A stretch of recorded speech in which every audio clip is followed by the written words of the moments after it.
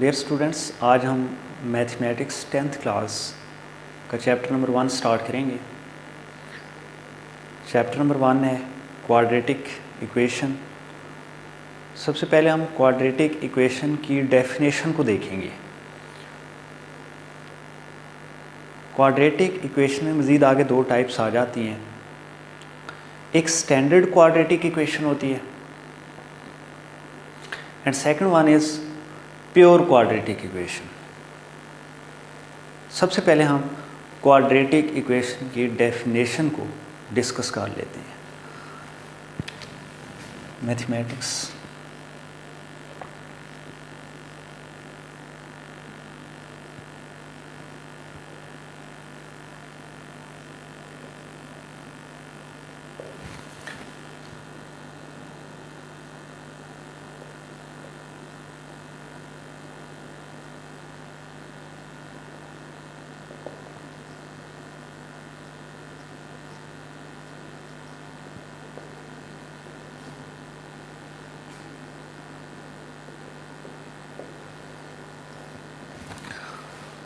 Chapter number 1 है हमारे पास quadratic equation. Definition को डिस्कस करते हैं।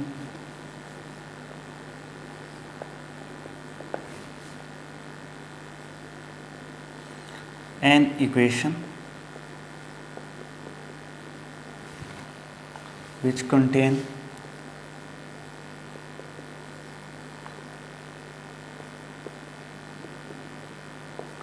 an equation which contains square of the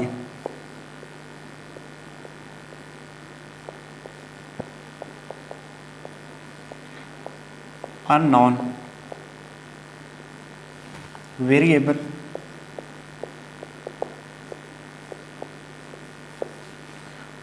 quantity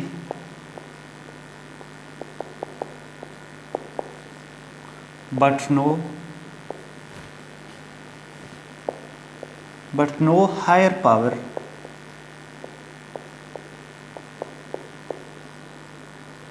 is called quadratic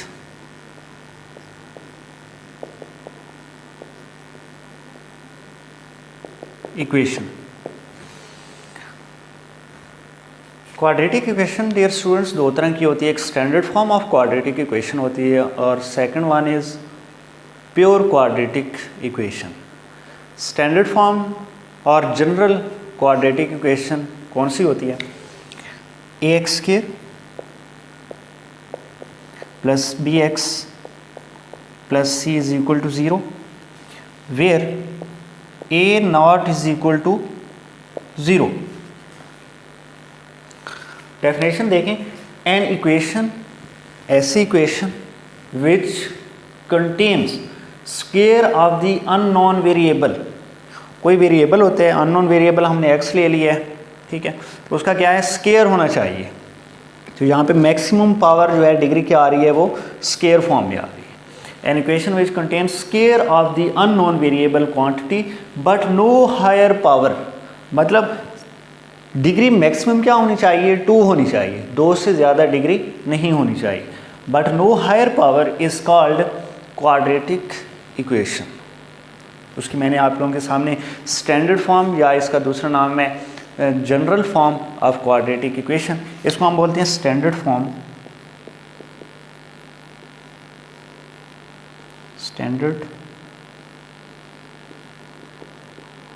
standard form of quadratic equation.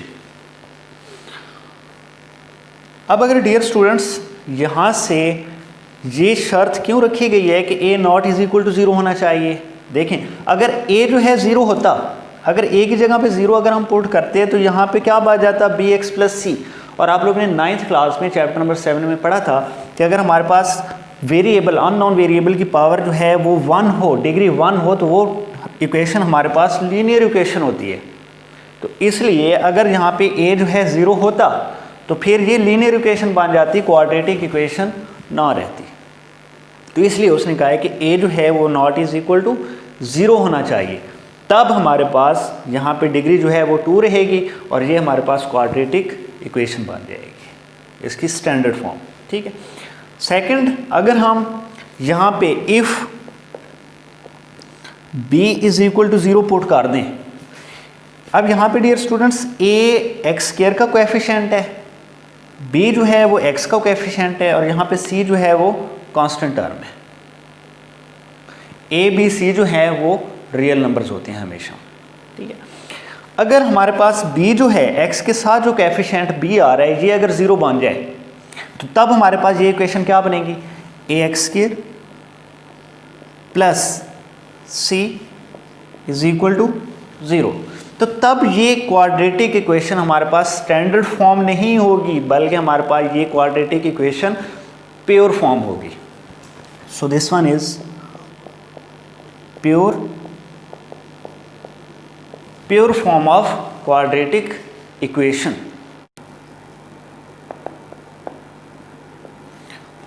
उसमें question number 1 जो है,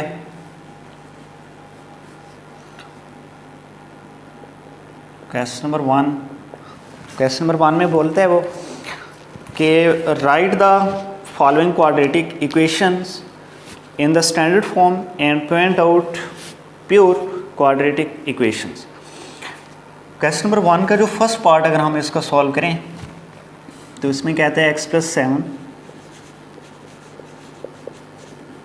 into x - 3 is equal to -7। इसको आप लोग ने सिंप्लीफाई करना है इस क्वाड्रेटिक इक्वेशन को, और आप लोग ने बताना है कि ये क्वाड्रेटिक इक्वेशन स्टैंडर्ड फॉर्म है या फिर प्योर फॉर्म है, ठीक है। सिंप्लीफाई करते हैं इसको। अब यहाँ पे 2 पेयर्स आ रहे हैं, this one and this one, तो आप लोग ने इनको मल्टीप्लाई करना है। सबसे पहले x को आप लोग ने x से भी मल्टीप्लाई करना है और 3 के साथ भी मल्टीप्लाई करना है। इसी तरह फिर 7 को x से भी मल्टीप्लाई करना है और फिर 3 से भी मल्टीप्लाई करना है। सिंप्लीफाई करें, x into x square, x into -3 7 into x plus 7x plus minus 7 into 3 21, और ये -7 जब दूसरी साइड पे आएगा तो +7 इज इक्वल टू 0 आ जाएगा। सिंप्लीफाई करें, सेम डिग्री जिन वेरिएबल्स की आ रही हैं वो आपस में ऐड हो जाएंगी। तो यहाँ पे x स्क्वायर, यहाँ भी x की डिग्री 1 है, यहाँ भी x की डिग्री 1 आ रही है, तो -3x प्लस 7x कितना होता है, +4x। कांस्टेंट टर्म 2 आ रही हैं, -21 प्लस 7, तो आंसर क्या आएगा, -14 इज इक्वल टू 0। तो अब डियर स्टूडेंट्स आप लोग देख रहे हैं ये क्वाड्रेटिक इक्वेशन आ चुकी है। ये क्वाड्रेटिक इक्वेशन कौन सी है, स्टैंडर्ड फॉर्म है। क्यों, क्योंकि यहाँ पे b जो है वो नॉट इज इक्वल टू 0 आ रहा है, यहाँ पे x वाली टर्म मौजूद है। अगर x वाली टर्म मौजूद ना होती तो फिर ये प्योर फॉर्म बन जाती, ठीक है। So this one is standard form of quadratic equation, standard form. 5वें पार्ट में वो कहते हैं x + 3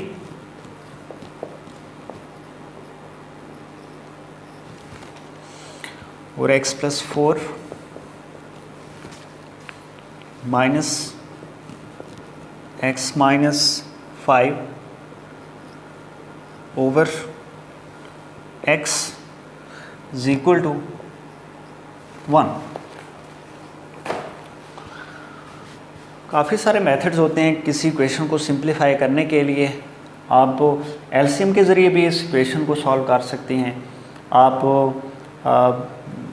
इक्वेशन को दूसरी साइड पे लेके जाके उस तरह भी मल्टीप्लाई करके इक्वेशन को सॉल्व कर सकते हैं। हम इसका एलसीएम लेके दोनों तरफ इक्वेशन को मल्टीप्लाई करके इसको सॉल्व कर लेते हैं। ये थोड़ा सा सिंपल मेथड होगा। x इंटू एक्स + 4 को दोनों तरफ मल्टीप्लाई कर लेते हैं ताकि हमारे पास ये जो फ्रैक्शन आ रहा है ये क्या हो जाए, एलिमिनेट हो जाए, ठीक है। तो मल्टीप्लाइंग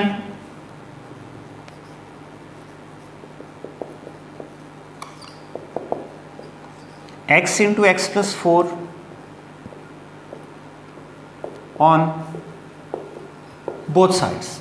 इस x इंटू एक्स + 4 को हम दोनों तरफ क्या कर लेते हैं, मल्टीप्लाई कर लेते हैं। सो x इसके साथ भी मल्टीप्लाई करेंगे इसके साथ भी मल्टीप्लाई करेंगे और इस टर्म के साथ भी हम इस एलसीएम को मल्टीप्लाई कर देंगे, ठीक है। तो x इंटू एक्स प्लस 4, पहले इसके साथ मल्टीप्लाई कर लेते हैं x प्लस 3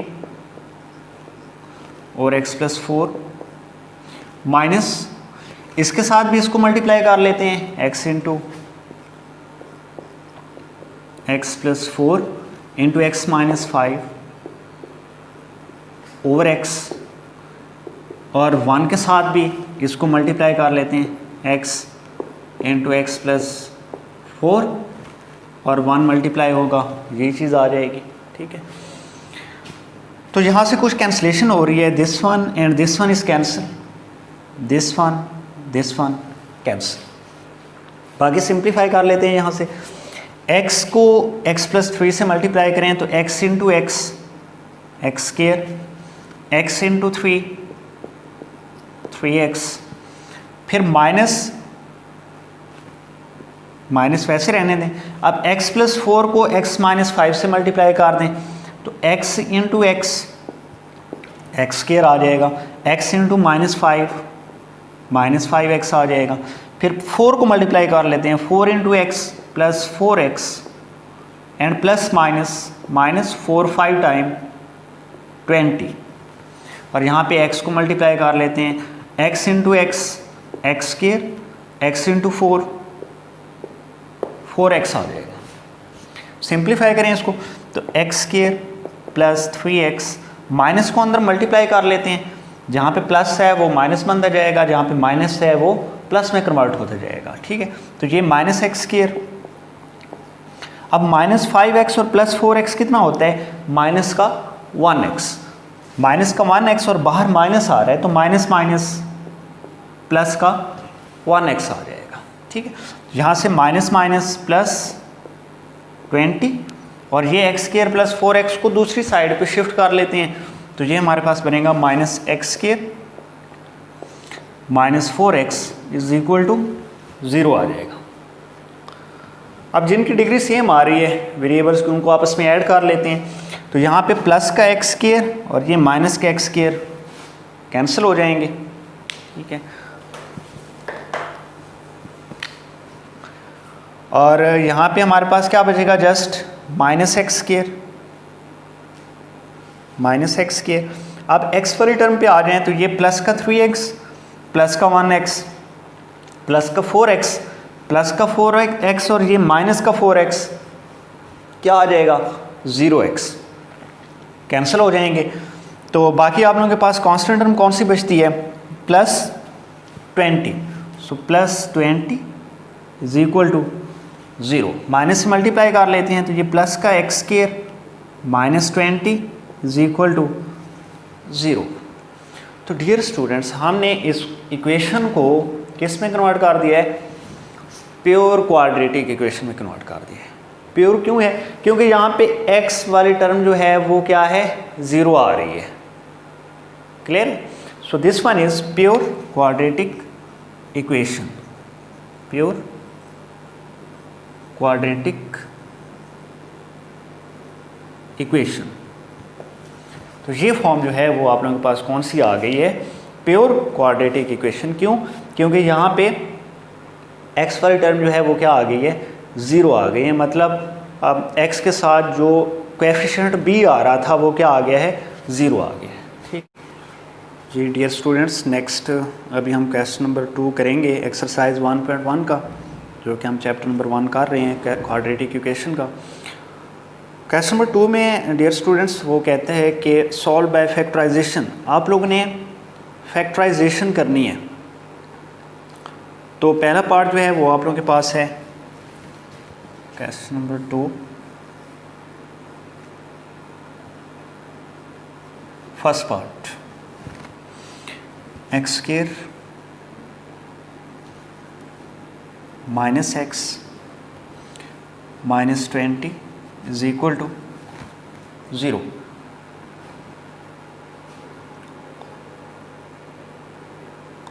लेक्चर नंबर 1 है।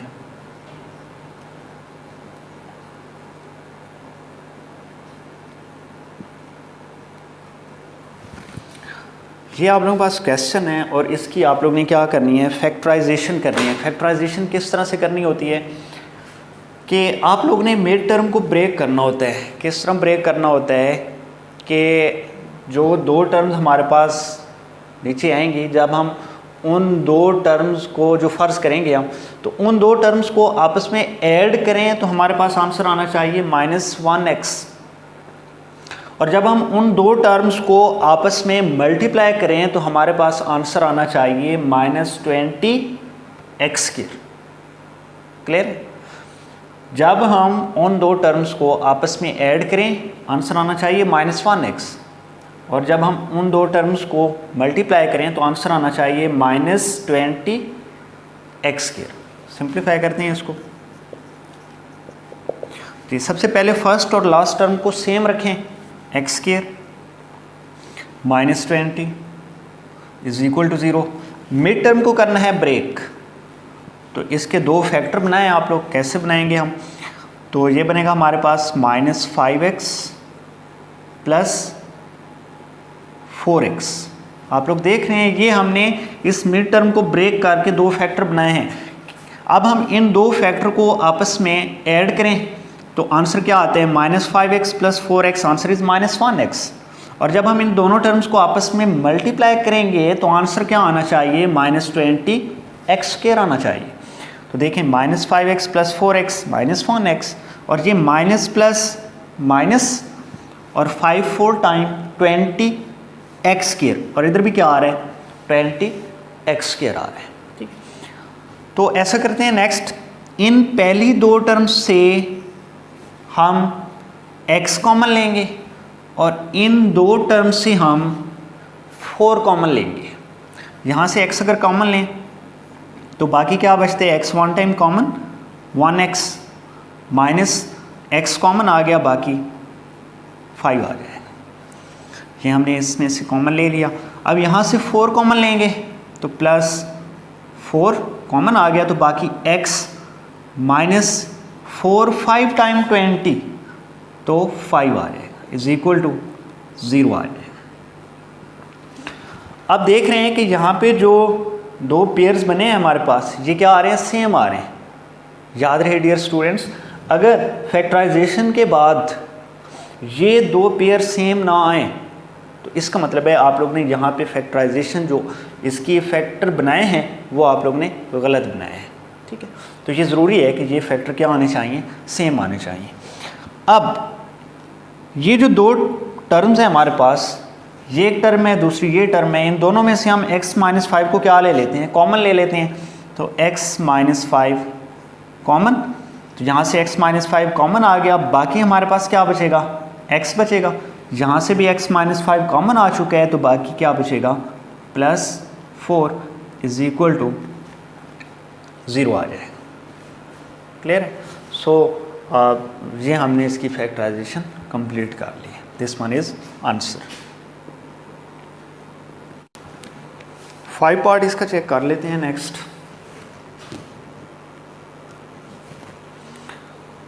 5 में वो कहते हैं कि x + 1/x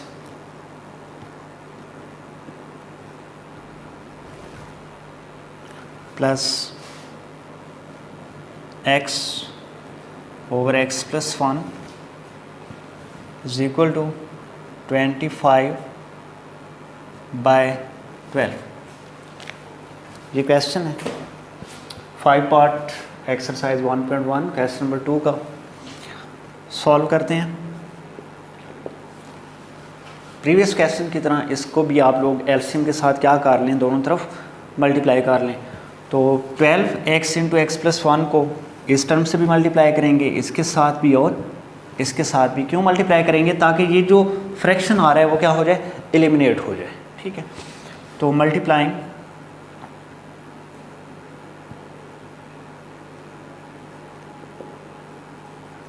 12x × x + 1 on both sides. 12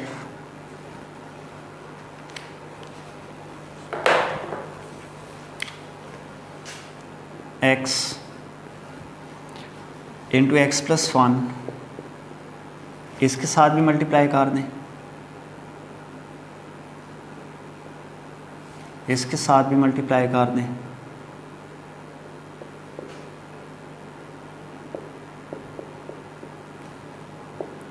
x over x plus 1,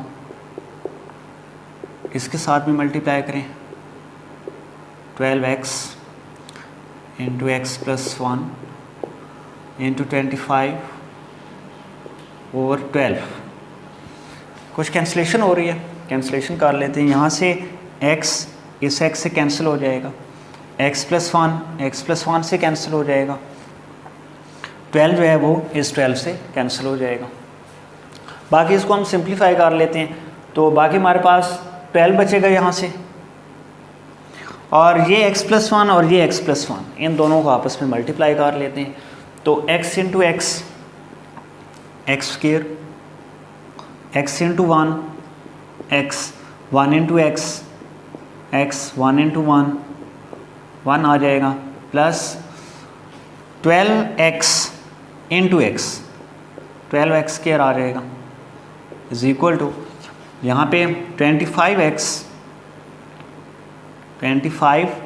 और x इंटू एक्स क्या आ जाएगा, एक्स स्क्वायर आ जाएगा, और x इंटू 1 x आ जाएगा। ये हमने सिंप्लीफाई कर लिया।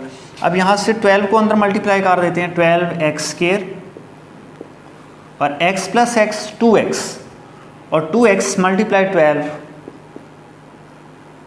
24x, और 12 मल्टीप्लाई 1 प्लस का 12 आ जाएगा, और यहाँ से plus 12x square is equal to 25x square, और 25 इंटू एक्स 25x आ जाएगा। सिंप्लीफाई कर लेते हैं, 12x square plus 12x square, answer is 24x square. यहाँ से 24x और प्लस का क्या आ जाएगा, 12 आ जाएगा, is equal to 25x square plus 25x आ जाएगा। अब ये जो टर्म है लेफ्ट हैंड साइड वाली, इसको आप शिफ्ट कर दें राइट हैंड साइड पे, तो बाकी हमारे पास 25x square plus 25x minus 24x square, ये उधर जाएगा तो माइनस 24x, ये दूसरी साइड पे जाएगा तो माइनस का 12, और लेफ्ट हैंड साइड पे क्या बच जाएगा, 0 बच जाएगा। ठीक है, तो यहाँ से 25x स्क्वायर और माइनस का 24x square, answer is 1x square. 25x plus का और माइनस का 24x, answer is 1x। Constant term हमारे पास क्या आ रही है, माइनस 12 आ रही है। ठीक है, so this one is minus 12 is equal to 0 आ गया।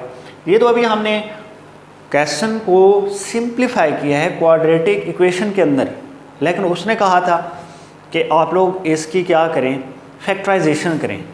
अब हम इसकी आगे फैक्टराइजेशन स्टार्ट करते हैं। फैक्टराइजेशन स्टार्ट करने के लिए आपको पिछले क्वेश्चन में जिस तरह हमने किया था कि मिड टर्म को हम ब्रेक किया करते हैं, फैक्टराइज किया करते हैं।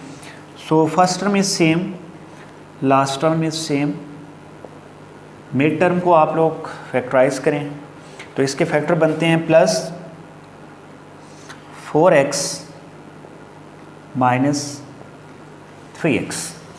कैसे बनते हैं देखें ज़रा, कि अगर हम इन दो फैक्टर जो हमने बनाए हैं इनको ऐड करें, प्लस का 4x माइनस का 3x, आंसर इज़ 1x। ऊपर भी क्या आ रहा है, 1x आ रहा है। ऐसे ही है, जब हम इन दोनों को आपस में मल्टीप्लाई करें तो आंसर क्या आता है, प्लस माइनस माइनस आ रहा है, और 4 3 time 12x into X X square, 12x square minus का आ रहा है। तो ऊपर भी देखें ज़रा, इधर भी आ रहा है माइनस का 12x स्क्वायर आ रहा है।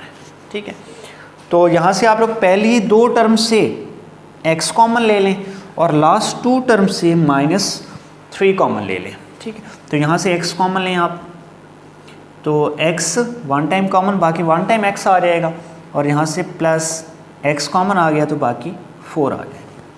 यहाँ से -3 कॉमन लें लास्ट टू टर्म से, -3 इज़ कॉमन, तो बाकी x बचेगा यहाँ पे, और ये माइनस माइनस क्या बनेगा प्लस, और 3 4 टाइम 12 तो 4 आ जाएगा इज इक्वल टू 0 आ जाएगा। ठीक, अब देखिए यहाँ पे दोनों टर्म सेम आ चुकी हैं, इनको आप लोग कॉमन ले लें, तो x+4 को कॉमन ले लेते हैं, बाकी जो है आपके पास क्या बचेगा, x - 3 इज इक्वल टू 0। सो ये हमने इसकी क्या करनी थी, इस क्वेश्चन की फैक्टराइजेशन करनी थी। So this will be answer. पहला पार्ट है और पांचवा पार्ट है, इन दोनों की हमने फैक्टराइजेशन तो हमने कंप्लीट कर ली है। अब हमने इनके निकालने हैं आंसर। इसके भी 2 आंसर निकलेंगे क्योंकि इसकी भी पावर हमारे पास क्वाड्रेटिक इक्वेशन की जो है वो 2 आ रही है, और इस क्वाड्रेटिक इक्वेशन की भी डिग्री क्या आ रही है, वो भी हमारे पास 2 आ रही है। तो आंसर भी क्या आने चाहिए, 2 आंसर आना चाहिए। तो यहाँ पे सबसे पहले हम इस पहले पार्ट को देखें, तो इन दोनों की हमारे पास 2 ऑर्डर पेयर आ चुके थे। अब हम इनको 0 के इक्वल पुट करके वहाँ से हम इनके 2 आंसर निकाल लेंगे। सबसे पहले हम x - 5 को 0 के इक्वल पुट कर लेते हैं, ठीक है, और फिर हम x+4 को भी किसके इक्वल पुट करेंगे, 0 के इक्वल, ठीक है। तो x+4 इज इक्वल टू 0 आ जाएगा। यहाँ से जब -5 दूसरी साइड पे जाएगा, दिस वन इज़ 5, एंड यहाँ से +4 दूसरी साइड पे जाएगा तो दिस वन इज़ -4। तो हमारे पास जो सॉल्यूशन सेट बनेगा वो आएगा 5 एंड -4, 5 एंड -4। इसी तरह जो हमने 5वां पार्ट किया था उसके भी हमारे पास 2 आंसर्स आएंगे। तो सबसे पहले हम x+4 को 0 पुट करेंगे, देन x - 3 को हम 0 के इक्वल पुट कर देंगे, ठीक है। तो x+4 is equal to 0 and x - 3 is equal to 0। तो यहाँ से हमारे पास x इज इक्वल टू -4 आ जाएगा, और यहाँ से x इज इक्वल टू -3 दूसरी साइड पे +3 आ जाएगा। तो सॉल्यूशन सेट हमारे पास क्या बनेगा, -4 एंड 3, -4 एंड 3, ये हमारे पास सॉल्यूशन सेट आ जाएंगे दोनों पार्ट्स।